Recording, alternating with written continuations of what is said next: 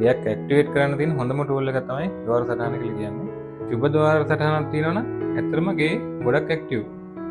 ඔන්න ඔය කතරේ මේ තමයි කට්ටිය කියන්නේ ගිනි කතුර කියලා. මොකට දොරවල් අහු වෙන්න හොඳ නැහැ කියලා ලොකු මතයක් අරන් යනවා. දොරවල් බලන්නේ දොරවල් බලාගෙන ඉන්න පැත්ත නෙමෙයි. දොර මැද්දේ ලක්ෂයේ ඉඳලා පිහිටන පැත්ත තමයි ద్వාර සටහනේදී අපි බලන්නේ මොන පැත්තේද ඒ දොර පිහිටලා තියෙන්නේ කියලා හොයාගන්නේ. අන්න ඒ කාරණාව මත. එතකොට මේක විජය වර්ගයේ තියෙන දොර සටහන. දොරවල් ගාන මෙච්චරයි මේ ජනල් ගාන මෙච්චරයි කියලා එහෙම මතයක් යනවා.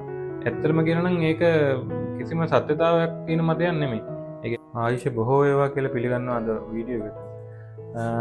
අද අපි කතා කරන්න ආවේ වාස්තු වල තියෙන හොඳම ටූල් එකක් ගැන. ඒ කියන්නේ ద్వාර සටහන ගැන තමයි අපි කතා කරන්න ආවේ.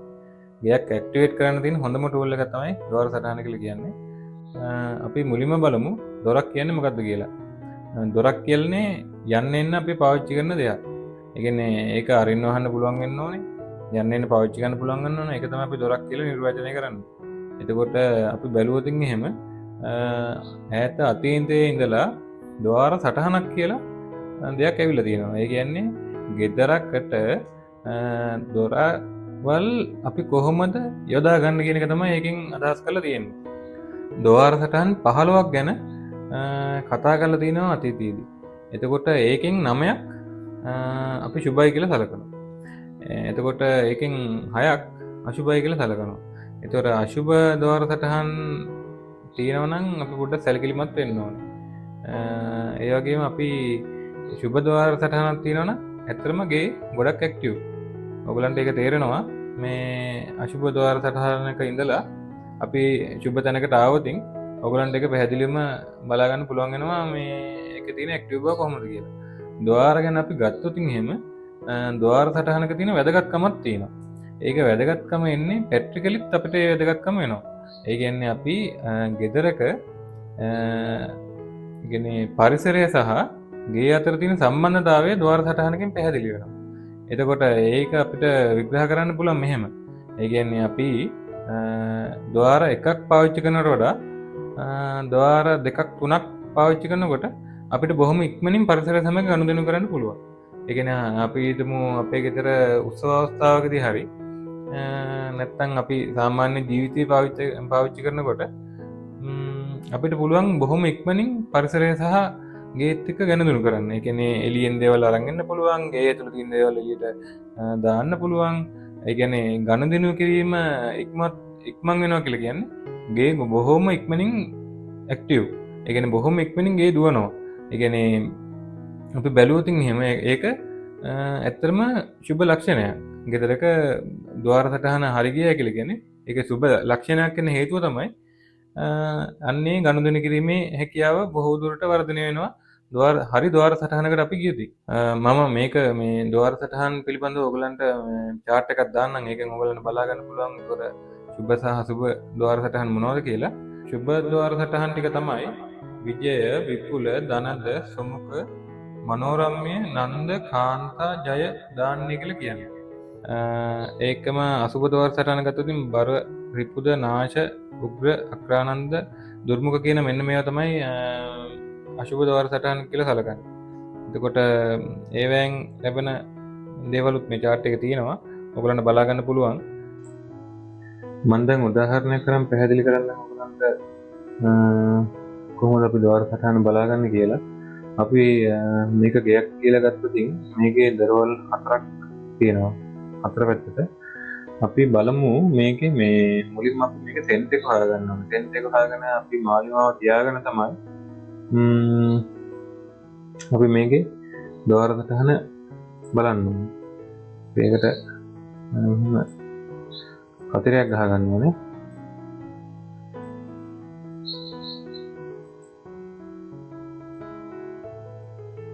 මෙහෙම කරලා කතරයක් ගහ ගන්නවා.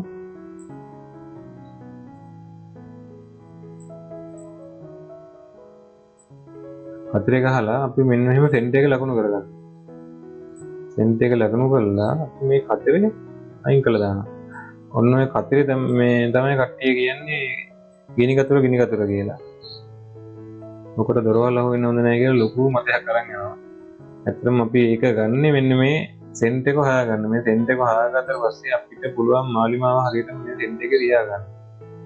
මොනවා මොකද මාලිමාව සෙන්ට් එකේ තියාගන්නවා. අපි මේ උතුර පොඩ්ඩක් හරවගමු.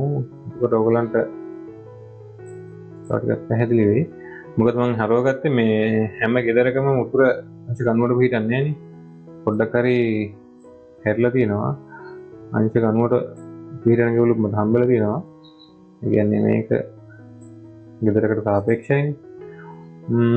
එතකොට බැලුවොතින් මෙන්න මේකේ මෙන්න මේ උතුර පැත්තට තියෙන දොර තමයි මේක. හරි. මෙතන මේ දොර තියෙන්නේ නැගෙනහිරේ.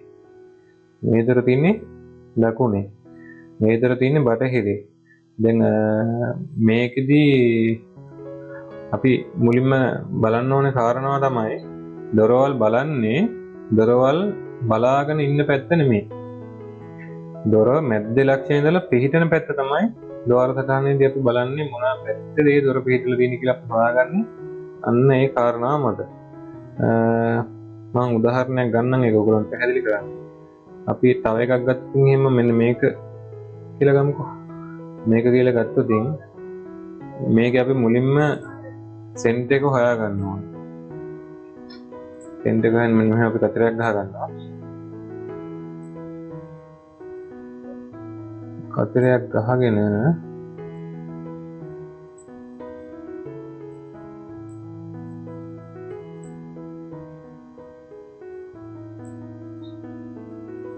අපිට පුළුවන් මේකේ සෙන්ට් එක හොයාගන්න. මම දැන් මේක සෙන්ට් එක හොයාගත්තා. මේක හරි ලේසි වැඩක්. මිනිස්සු සංකීර්ණ කරන් ඉන්නකොට තමයි මේක අමාරු. සෙන්ට් එක හොයාගෙන අපි මේක අයින් කරනවා. අයින් කරලා ඉවරලා අපි මේකට ගේනවා කම්පාස් එක. කම්පාස් එක ගලනොම සෙන්ට් එක මේ තිබ්බහම පස්සේ අපිට බලා ගන්න පුළුවන් මේකේ මේ දරවල් ටික පිටින් මොන පැත්තද කියලා. මම මේක ලොක් කරගන්න. ඒක ටිකක් අපිට තව පැහැදිලි වෙනවනේ. එතකොට මම කිව්ව කාරණාව මෙන්න මේක තමයි. දැන් අපි මේ දොර තියෙන්නේ නැගෙනහිර පැත්තේ.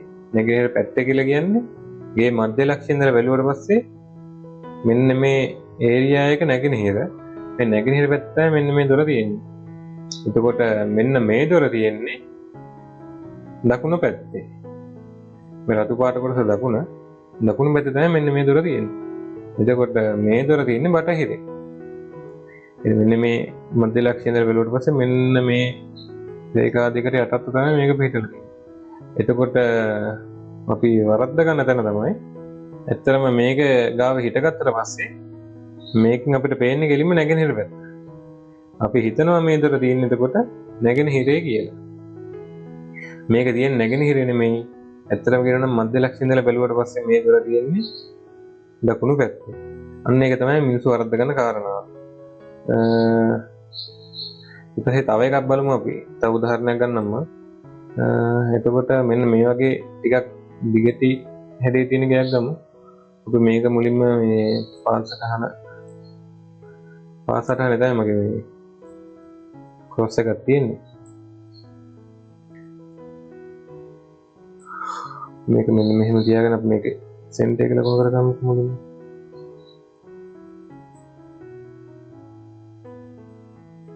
සෙන්ට් එක හොයාගත්තට පස්සේ මේ කරගමු මෙතන තියෙන්නේ කියලා.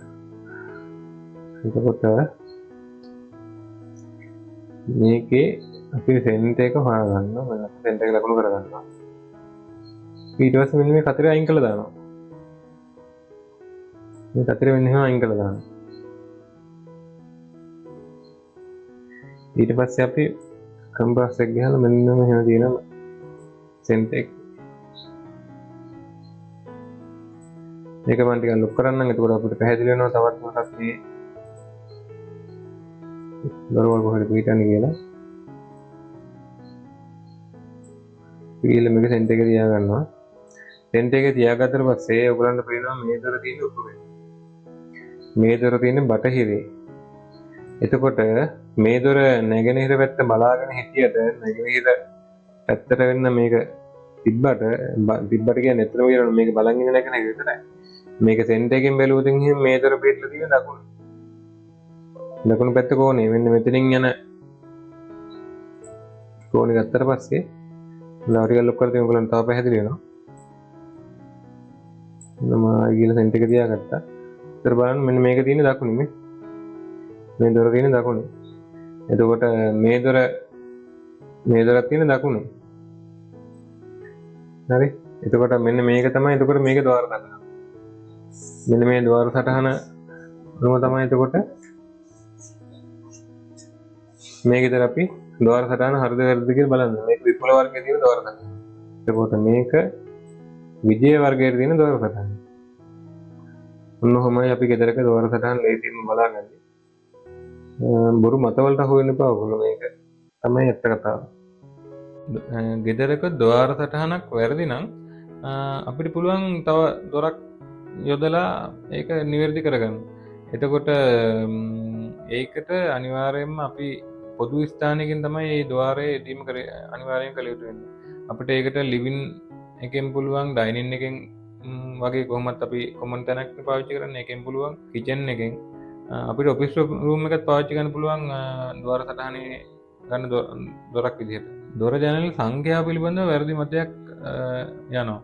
ඒ කියන්නේ ඒක ගොඩාක් වෙලාවට ඈත අතීතයේ ඉඳන් ආපු දෙයක් නෙමෙයි. පරණ පොතපතවලවත් එහෙම දෙයක් ගැන සඳහනක් නැහැ. එතකොට මෑත කාලිනව අරන් ආපු මතයක් තමයි මේ යන්නේ. ඒ කියන්නේ දොර ජනල් වල සංඛ්‍යාව පිළිබඳව ඒ කියන්නේ ඔත් ගානක් වෙන්න ඕනේ කියලා ඒකේ දොරවල් ගාන මෙච්චරයි මේ ජනල් ගාන මෙච්චරයි කියලා එහෙම මතයක් යනවා. ඇත්තටම කියනවා නම් ඒක කිසිම සත්‍යතාවයක් තියෙන මතයක් නෙමෙයි. ඒ කියන්නේ ගෙදරකට දොරවල් සහ ජනල් අපි යොදාගන්නේ එළිය සහ වාතාශ්‍රය ගන්න. තව දෙයක් තමයි අපි යන්න එන්න පාවිච්චි කරන්නේ. එළියට යන්න එන්න පාවිච්චි කරන තමයි දොරවල් අපි යොදාගන්නේ. ඒ ඇරෙන්න ඒකෙන් සංඛ්‍යාත්මක මතයෙන් ඇත්තටම කියනවා නම් ඇති වැඩක් නැහැ. ඒ කියන්නේ ඒක අපිට අවශ්‍ය කාරණාව හරියට සිද්ධ වෙනවා නම් සංඛ්‍යාත්මක කාරණාව ගැන ඇත්තටම අපි බැලිය යුතු නැහැ. ඒ කියන්නේ ගොඩාක් අපි මේ ගෘහස්ත වාස්තුවල ඔත්තේ සංඛ්‍යා පාවිච්චි කරනවා ගොඩාක් දේවල් වල පාවිච්චි කරනවා. ඒකෝර ඒක නිසා මේ මතය එහෙම ආව වෙන්නත් පුළුවන්. ద్వාර සටහන ගැන කතා කරනකොට ඇත්තටම මංගල උලවස්ස ගැන කතා කරන කාරණා ගොඩක් තියෙනවා. මේ වීඩියෝ එක දෙකකින් හින්දා මම මංගල උලවස්ස ගැන අපිට දැන් කතා කරන්න යන්නේ නැහැ. මම ඉස්සරහට වීඩියෝ එකක් ගේන්නම් මංගල උලවස්ස ගැන අපිට කාරණා ගොඩක් කතා කරන්න තියෙනවා. ඒක ඔයගොල්ලන්ට ගොඩක් වැදගත් වෙයි. අද වීඩියෝ එක වැදගත් වුණා නම් ඔයගොල්ලෝ අපේ යාළුවන්ටත් ඔයගොල්ලන්ගේ බලන්න ෂෙයා කරන්න. ඒ වගේම කමෙන්ට් එකක් දාන්න මට ඒක තමයි වැදගත්ම දේ. මොකද ඔයගොල්ලන්ගෙන් ලැබෙන කමෙන්ට් එකෙන් තමයි මම ඉස්සරහට කරන වීඩියෝ එක මොකක්ද කියලා තීරණය කරන්නේ. channel එක subscribe කරලා නැත්නම් subscribe කරන්න.